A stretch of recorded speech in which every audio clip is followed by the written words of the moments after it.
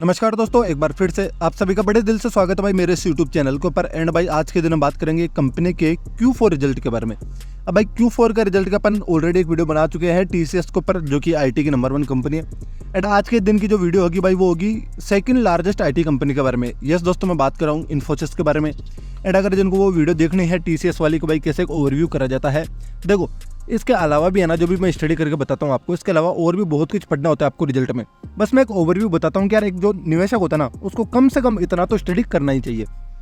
तो दोस्तों अब मैंने इन्फोसिस की PDF मतलब रिजल्ट की PDF डाउनलोड कर ली है Q4 की BSE की ऑफिशियल वेबसाइट से। ठीक है, अब अपन थोड़ा स्क्रॉल डाउन करते हैं एंड यहाँ पर भाई अपन को डिविडेंड का ऑप्शन देखने को मिल रहा है। ठीक है, चलो भाई डिविडेंड देख लेते हैं। कंपनी ने दिया है एंड भाई 2 डिविडेंड दिया है। ठीक है, एक तो 20 रुपये का, एक 8 रुपये का। ठीक है, एक फाइनल डिविडेंड देखने को मिल रहा है और एक स्पेशल डिविडेंड। तो मतलब शेयर होल्डर को यार टोटल ढंग से देखते हैं तो 28 रुपये का डिविडेंड देखने को मिल चुका है। तो दोस्तों अपन आ चुके हैं कंपनी का प्रॉपर रिजल्ट के ऊपर। एंड कौन सा रिजल्ट है भाई, तो कंसोलिडेटेड अपन नंबर पढ़ने वाले हैं एंड रुपीज इन करोड़ में आपको देखने को मिल रहा है। ठीक है, एक बार भाई थोड़ा सीक्वेंस चेक कर लो भाई, आप सभी को बिगिनर है उनको बताना जरूरी है। ठीक है, अभी जो क्वार्टर खत्म हुआ मार्च 31, 2024। ठीक है, एंड इससे पहले बराबर 1 साल पहले का 2023 का आपको देखने को मिल रहा है। एंड इन दोनों के बीच के अंदर आपको जो भी क्वार्टर खत्म हुआ Q4, उससे पहले वाला क्वार्टर यानी Q3 देखने को मिल रहा है। ठीक है, ईयरली एंड क्वार्टरली दोनों चीजें आपको देखने को मिल रही है। अब सबसे पहले अपन चेक करेंगे कंपनी का रेवेन्यू। ठीक है, अब भाई मैं डायरेक्ट हर बार आपको मतलब रेवेन्यू बताता हूँ, अदर इनकम जोड़ के डायरेक्ट टोटल इनकम पर अपन आ जाते हैं, लेकिन आपको देखने को मिल रहा है अदर इनकम में कुछ ज़्यादा हलचल देखने को मिल रही है। तो सबसे पहले आप थोड़ा रेवेन्यू चेक कर लो। ठीक है, प्रॉपरली। तो भाई इस बार कितना है, देखो 37,441 से बढ़कर कितना हो गया 37,923 ईयरली। ठीक है, क्वार्टरली बात करो तो 38,821 से 37,930, मतलब कम होता हुआ देखने को मिला है क्वार्टर के हिसाब से। लेकिन इस बार भाई आपको अदर इनकम के अंदर कुछ तगड़ी जंप देखने को मिल रही है। अब भाई ये जो इतनी ज्यादा जंप देखने को मिली अदर इनकम के चलते, तो उसके चलते थोड़ा माहौल गड़बड़ा गया। माहौल कैसे गड़बड़ा गया, अब जिनको देखो नॉर्मली जो होता है ना यार, फटाफट से रेवेन्यू नहीं देखा, एक्सपेंस नहीं देखा, सीधा नेट प्रॉफिट, तो वो ठीक है यार, ऐसे देख लेगा नेट प्रॉफिट में इतनी ज्यादा जंप एंड समझ रहे हो ना, वो प्रॉपर स्टडी नहीं कर सकता। तो आपको इसलिए मैं कहता हूँ थोड़ी बहुत आराम से डिटेल करो ना यार, क्या जल्दी है। तो भाई अदर इनकम कुछ ज़्यादा बढ़ते हुए देखने को मिल चुके हैं एंड भाई ये थोड़ा आप समझ रहे हो ना, एक्सेप्शनल चीज़ हो चुकी है प्रॉपरली। अपन अब स्टडी करने में थोड़ी दिक्कत आएगी। अब दिक्कत आएगी तो इसके चलते भाई ऐसा कुछ डरने जैसी बात होती नहीं है। ठीक है, आप जाओ, रेफर नंबर नोट यहाँ पर दे रखा है भाई किसके चलते सारी चीज़ें देखने को मिली। तो आप सभी को बता दूँ, टैक्स का सेटलमेंट हुआ कुल मिलाकर। ठीक है, तो ये पैसा उनको वापस मिलते हुए देखने को मिला है, इसलिए अदर इनकम में देखने को मिल चुका है। देन दोस्तों कंपनी ने इतना रेवेन्यू जनरेट करा है तो भाई खर्चा तो करा ही होगा। तो चलो एक बार खर्चा देख लेते हैं टोटल एक्सपेंस के ऊपर। तो आपको यहाँ पर देखने को मिल रहा है भाई 29,646 से बढ़कर 30,412 एंड क्वार्टर के हिसाब से 30,991 से कम होकर 30,412। तो रेवेन्यू भी कम हुआ है तो एक्सपेंस भी कम होगा। एंड कभी कभार भाई एक्सपेंस बढ़ जाता है तो वो कुछ ज़्यादा ही समझ रहे हो ना, घातक चीज़ हो जाती है, मतलब ज़्यादा ही लॉस हो जाता है कंपनी का। खैर कंपनी तो प्रॉफिटेबल है एंड भाई अदर इनकम के चलते कुछ अच्छा खासा प्रॉफिट देखने को मिल सकता है। तो सबसे पहले अपन चेक करते हैं प्रॉफिट बिफोर टैक्स। ठीक है, मतलब टैक्स देने से पहले, टैक्स तो देना ही पड़ता ना यार, तो उससे पहले का भाई कितना प्रॉफिट है कंपनी का खर्चे में से, आप समझ रहे हो ना, जितना कमाया है उसमें से खर्चा हटा दो, आपके सामने प्रॉफिट आ जाएगा, प्रॉफिट बिफोर टैक्स। तो कितना है भाई 8,466 से बढ़कर 10,240 एंड 8,619 से बढ़कर क्वार्टर के हिसाब से 10,240। तो ईयरली क्वार्टरली जंप तो देखने को मिल रही है, लेकिन मेरे को इतनी मतलब समझ रहे हो ना, इतना उत्सुकता जैसा कुछ देखने को नहीं मिल रहा, क्योंकि अदर इनकम के अंदर ये सारी चीज़ें देखने को मिली है। तो ये हर बार ऐसा नहीं होता कि यार टैक्स के चलते आपको मतलब टैक्स का सेटलमेंट होगा, आपको पैसा वापस आएगा, ऐसा हर बार नहीं होता। तो बिजनेस के हिसाब से अगर मैं देखता हूँ ना, तो देखो भाई आपको रेवेन्यू के अंदर मतलब डाउनफॉल देखने को मिल रहा है। मतलब क्वार्टर के हिसाब से चेक करो, ईयरली देखो कितना बिल्कुल साइडवेज 37,441 से बढ़कर 37,923। एंड अगर आप क्वार्टर के हिसाब से देखते हो ना, तो 38,821 से कम होकर 37,923। तो मुझे थोड़ा डिसअपॉइंटमेंट लगा। ठीक है, मतलब ठीक है ना यार, कोई ऐसा भी नहीं कंपनी बुरी है, ठीक है, लेकिन ऐसा कुछ मज़ा देखने को नहीं मिला। मतलब जैसी कंपनी है तो थोड़ा बहुत तो चलो साइडवेज ही दिखा देता ना यार, मतलब लॉस कम क्यों दिखाया, मतलब रेवेन्यू कम क्यों हुआ, तो थोड़ा बुरा लगता है ना। कंपनी अच्छी क्योंकि देन अपन बात करते हैं भाई टैक्स वगैरह दे दुआ के, मतलब कंपनी के फॉर द पीरियड, मतलब टोटल अब कंपनी के हाथ में सब कुछ दे दुआ के, खर्चा टैक्स वगैरह काट कुटा के कंपनी के हाथ में कितना बचते हुए देखने को मिला। तो प्रॉफिट फॉर द पीरियड कितना देखने को मिल रहा है। तो ईयरली तो भाई जंप है, क्वार्टरली भी दोनों ही जंप देखने को मिलेगी। आप पढ़ लो भाई आराम से, 6,131 मतलब 6,134 से बढ़कर 7,975 एंड क्वार्टरली भी 6,113 से बढ़कर 7,975। तो भाई समझ रहा ना, अदर इनकम के चलते ये पूरा जो नेट प्रॉफिट डायरेक्ट पड़ता ना, उसके साथ थोड़ी गड़बड़ हो सकती है यहाँ पर। देन इसी के अंदर भाई मतलब जैसा प्रॉफिट होता है बिल्कुल वैसा का वैसा आपको EPS देखने को मिल जाता है। तो अगर मैं कंपनी का EPS अर्निंग पर शेयर भी चेक करता हूँ तो बिल्कुल भाई वो भी वैसा ही देखने को मिल रहा है। ठीक है, ये देखो भाई ये कितनी अर्निंग पर इक्विटी शेयर, ठीक है, एंड कितना भाई 14.76 से बढ़कर 19.25। ठीक है, 19.25। ठीक है, समझ रहे हो ना, मतलब मैक्स के हिसाब से बोलता हूँ तो 14.76 से बढ़कर 19.25। तो मुझे ऐसा कुछ मज़े वाली बात देखने को नहीं मिली। अब अपन भाई थोड़ा और अगर आप जो चेक करना चाहते हो मतलब किस प्रकार से कंपनी मैंने आपको सिखा रखा ना कंपनी कहाँ से रेवेन्यू फ्रॉम ऑपरेशन मतलब कंपनी कौन कौन से सेक्टर से पैसा कमाती है, तो भाई एक बार उस पर नज़र डालते हैं।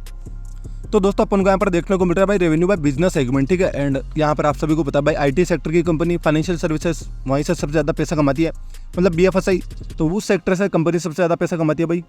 तो फाइनेंशियल सर्विसेज के अंदर भाई कंपनी का अगर मैं चेक करता हूँ ना क्वार्टरली ईयरली दोनों, तो ईयरली के हिसाब से भी कम, क्वार्टरली के हिसाब से भी दोनों ही कम देखने को मिल रहे हैं, ठीक है। मतलब डिमांड देखो सबको पता है आईटी के अंदर डिमांड कम है, लेकिन अभी TCS ने भी तो अच्छे नंबर दिखाए ना, समझ रहे हो ना। तो थोड़ा डिसअपॉइंटमेंट इस बार के रिजल्ट के अंदर देखने को मिला है एंड पूरा ईयरली के हिसाब से भी थोड़ा डिसअपॉइंटमेंट देखने को मिल चुका है। देन दोस्तों थोड़ा स्क्रॉल डाउन कर लो एंड यहाँ पर आपको देखने को मिल जाएगा रेवेन्यू फ्रॉम ऑपरेशंस, ठीक है।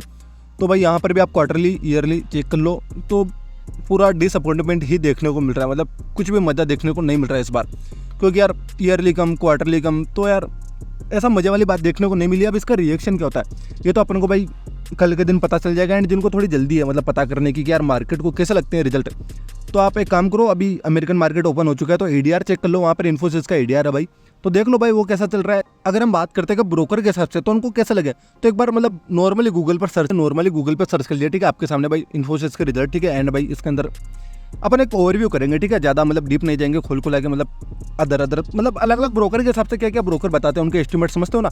जैसे मैंने आप सभी को पहले भी सिखा के रखा है, अलग अलग ब्रोकर अपने एस्टिमेट लगाते हैं कि यार इस बार है ना ये रिजल्ट आएगा, वो बोलता है इतना आएगा।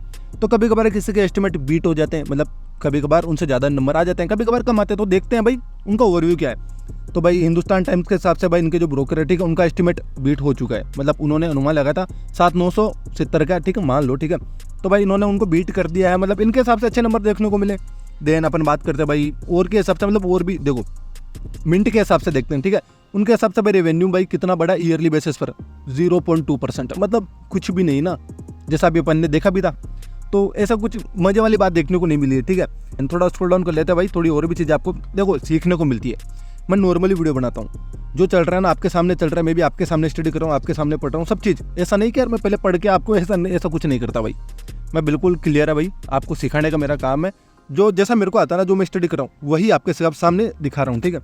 देन भाई थोड़ा और अपन स्क्रॉल डाउन करते हैं, मतलब किस ने क्या क्या बताया है। तो भाई मनी कंट्रोल के हिसाब से, ठीक है, इनका जो Q4 का जो रिजल्ट है, मतलब इनके जो ब्रोकर है उनके हिसाब से रेवेन्यू मिसमैच होता हुआ देखने को मिल चुका है, ठीक है। मतलब इनका जो एस्टिमेट है वो रेवेन्यू के हिसाब से बीट होते हुए देखने को नहीं मिला, मतलब थोड़े अनुमान के हिसाब से भी कम नंबर देखने को मिले। तो मतलब अलग अलग ब्रोकर के अलग अलग एस्टिमेट, देखो एस्टिमेट जो होते हैं ना अलग अलग ब्रोकर के हमेशा अलग अलग ही होते हैं, लेकिन लगभग बराबर होते हैं। ऐसा नहीं होता कि यार किसी ने तो अनुमान लगाया है, एग्जाम्पल दे रहा हूँ 100 करोड़ का, और कोई अनुमान लगा रहा है सीधा 50 करोड़ का, तो इतना अंतर नहीं आएगा। अंतर कैसा आता है, किसी का 100 होगा, किसी का 102 होगा, किसी का 98 होगा, किसी का 99 होगा, ऐसा अंतर आता है, ठीक है। तो दोस्तों अब मार्केट के अंदर देखो, मतलब किसी के एस्टिमेट बीट हुए, किसी ब्रोकर के एस्टिमेट बीट नहीं हुए, मतलब एक असमंजस समझते हो ना, एक अनसर्टनिटी मार्केट में फैलते हुए देखने को मिल चुकी है। अब भाई क्या रिएक्शन होता है मार्केट का, ये तो कल के दिन पता चलेगा। एंड इसके पहले अगर पता करना है तो मैंने आपको बताया अमेरिका का मार्केट ओपन हो चुका है, वहाँ पर आप इन्फोसिस का ADR चेक कर सकते हो। एंड जिनको जानना है तो मुझे कमेंट में बता देना, एक शॉर्ट वीडियो बना दूंगा भाई ADR भाई क्या चल रहा है इन्फोसिस का लेट नाइट। देन अगर मैं बात करता हूँ भाई लॉन्ग टर्म के हिसाब से, भाई शॉर्ट टर्म का अपने क्या काम, ठीक है, मतलब कल परसों क्या होगा अपन को उससे कुछ खास फर्क नहीं पड़ता। लेकिन अगर मैं लॉन्ग टर्म के हिसाब से बात करता हूँ तो भी भाई देखो मैं आपको सच बोल दूँ कि यार देखो ऐसा है, ये कंपनी है बड़ी, आप TCS की बात करो, इन्फोसिस की बात करो, ये जो बड़ी कंपनी है इनका काम है 5 साल में पैसा डबल। एंड नॉर्मल सी बात है भाई, पब्लिक की डिमांड कुछ ज़्यादा ही होती है। एंड पब्लिक की क्या भाई, मेरी भी डिमांड ज़्यादा है, ऐसा नहीं कि यार मैं समझ रहा हूँ ना 50,000 रुपये लगाऊँ एंड 5 साल बाद मुझे 1 लाख हो जाए, ठीक है। नॉर्मल यार समझ लो 5 साल रुको 50,000 रुपये, वो बात नहीं है, ठीक है। हाँ आप बड़े अमाउंट के हिसाब से इन कंपनियों को देखते हो तो एक बहुत अच्छी बात है, क्योंकि एक सेफ रिटर्न दे देते हैं आपको, मतलब बड़ा पैसा लगाओ एंड आपका पैसा सेफ रहता है। तो भाई मुझे इस बार के जो नंबर है थोड़ा इतना अच्छा देखने को नहीं मिला, मतलब डिसअपॉइंटमेंट ही है। एंड अगर मैं लॉन्ग टर्म में जाना चाहता हूँ तो मैं AI सेक्टर को समझते हुए, मतलब इस बिजनेस को समझते हुए एंड भाई इसके अंदर कंपनी का काम देखते हुए निवेश करूंगा, वरना भाई मैं थोड़ी कंपनी से थोड़ा दूर रहता हूँ। मेरे को ऐसा लगता है स्टॉक मार्केट में भाई अगर मैं पैसा लगाता हूँ और मेरे को अच्छे खासे रिटर्न चाहिए तो मेरे पास 5 साल में पैसा डबल करने से अच्छे ऑप्शन कुछ और भी कंपनीज हो सकती है, हाँ, लेकिन भाई वहाँ पर रिस्क इससे ज़्यादा होता है, कहीं ज़्यादा होता है। लेकिन भाई अगर मेरे को इतना ही सेफ जाना है तो मैं TCS के साथ जाऊँगा ना, 5 साल में पैसा डबल वो भी कर रही है मेरा। एंड भाई उसका तो मतलब परिस्थिति खराब है, जैसा कि आप सभी को पता पूरे IT सेक्टर की परिस्थिति खराब है, उसके बावजूद भी वो कंपनी एक अच्छे खासे डिसेंट नंबर दिखा रही है। अब अगर मैं इसकी बात करता हूँ इन्फोसिस की, तो इसके नंबर भी इतने बुरे नहीं है, अब भाई थोड़ी देर पहले मैं बोल रहा था डिसअपॉइंटमेंट, भाई देखो अनुमान से अच्छा आना, देखो अनुमान तो मैं लगा ही नहीं रहा। मेरा ऐसा कहना है भाई नॉर्मली एक साइडवेज तो दिखाओ, आपने इस बार कम ही दिखा दिया भाई, ईयरली भी कम, क्वार्टरली कम, रेवेन्यू की बात कर रहा हूँ, ठीक है। तो भाई मुझे पर्सनली डिसअपॉइंटमेंट ही देखने को मिली है एंड कल के दिन देखते भाई क्या इसका रिएक्शन रहता है। तो दोस्तों आज के लिए इतना ही एंड आने वाली वीडियो में फिर से मुलाकात होगी। जय हिंद गाइस।